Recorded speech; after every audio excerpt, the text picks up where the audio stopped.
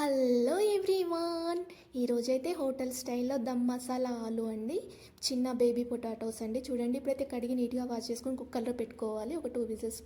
ఇప్పుడైతే మనము ఇందులో మిక్సీ గిన్నెలో 2 టమాటాలు ఇలా కట్ చేసిన ఇలా వేసుకోవాలి.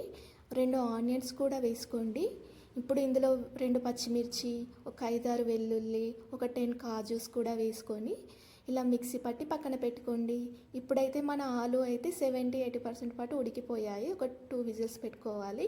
చూడండి ఫ్రెండ్స్, ఇప్పుడు ఈ ఆలు చల్లారిన తర్వాత ఆలునైతే ఇలా ఫిలప్ చేసుకోవాలి. పొట్టు తీసి పక్కన పెట్టుకోండి. ఇందుకు ముందుగా మనం మిక్సీ పట్టేసి పక్కన పెట్టుకొని ఈ ఆలునైతే ఇలా ఫిలప్ చేసుకున్న తర్వాత ఈ ఆలుకి మనం ఇలా ఘాట్లు పెట్టుకోవాలి. ఇలా 2 సైడ్స్ ఇలా ఘాట్లు పెట్టుకోండి.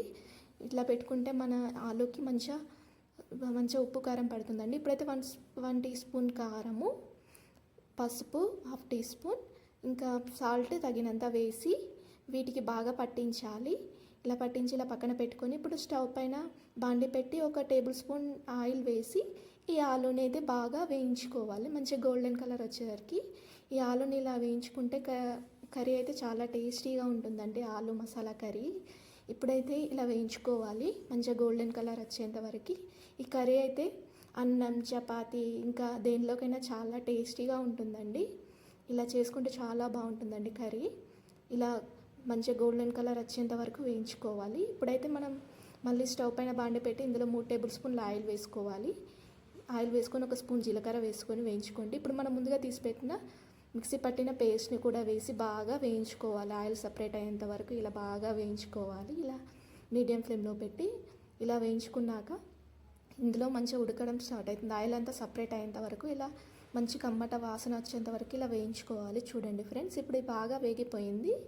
ఇలా వేగిపోయిన తర్వాత ఇందులో పసుపు, 3 స్పూన్ల కారము, 3 టేబుల్ స్పూన్ల కారం వేయాలి. సాల్ట్ తగినంత వేసుకొని ధనియా పౌడర్ ఇంకా గరం మసాలా వేసి బాగా కలుపుకోండి. ఇలా బాగా దగ్గరగా కలుపుకోవాలి. ఇలా సిమ్లో పెట్టి బాగా కలుపుకోండి ఒక 2-3 మినిట్స్ వరకు. ఇలా కలుపుకున్నాక ఇందులో కొంచెం సాల్ట్ కూడా వేసుకొని కొన్ని వాటర్ పోసుకోవాలి. ఇలా గ్రేవీ లాగా ఇలా చేసుకున్న తర్వాత ఇలా కలుపుకొని ఇలా పెట్టుకోండి. సిమ్లోనే చేయాలి ఇదంతా. ఇప్పుడైతే మనం ఈ గ్రేవీకి తగినన్ని వాటర్ పోసుకోవాలి. చూడండి ఫ్రెండ్స్, ఇలా మన గ్రేవీకి కంటెస్టెంట్ తగ్గట్టు. ఇప్పుడైతే ఇది గ్రేవీని ఉడికించాలి. ఇలా 1-3 మినిట్స్ వరకు ఉడికించుకోండి. ఇప్పుడైతే మనం ముందుగా తీసిపెట్టిన ఆలుని అయితే ఇందులో వేసేయాలి. చూడండి, ఈ ఆలు అన్నీ వేసి బాగా ఇలా సిమ్లో పెట్టి బాగా ఇలా ఉడికించుకోవాలి. చూడండి ఫ్రెండ్స్, ఇలా బాగా కలుపుకున్న తర్వాత ఇంత గ్రేవీ అయితే ఇంత చాలా బాగా వచ్చింది. చూడండి ఫ్రెండ్స్, ఇప్పుడు మన ఆలు అయితే చాలా బాగా కనిపిస్తున్నాయి. ఇప్పుడైతే మూత పెట్టేసి ఒక 5 మినిట్స్ మీడియం ఫ్లేమ్లో పెట్టాలి. చూడండి ఫ్రెండ్స్, ఆయిల్ ఎంత బాగా సపరేట్ అయ్యిందో. గ్రేవీ కంటెస్టెంట్ కూడా చాలా బాగా వచ్చింది ఫ్రెండ్స్. చూడండి, ఇప్పుడైతే ఆలు కూడా ఉడికిపోయాయి ఆల్మోస్ట్.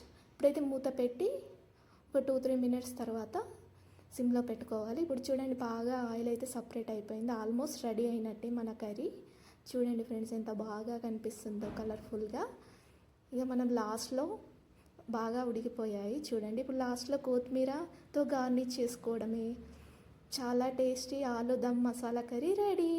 చాలా టేస్టీగా ఉంటుందండి ఈ కర్రీ అయితే. చాలా బాగుంటుంది తినే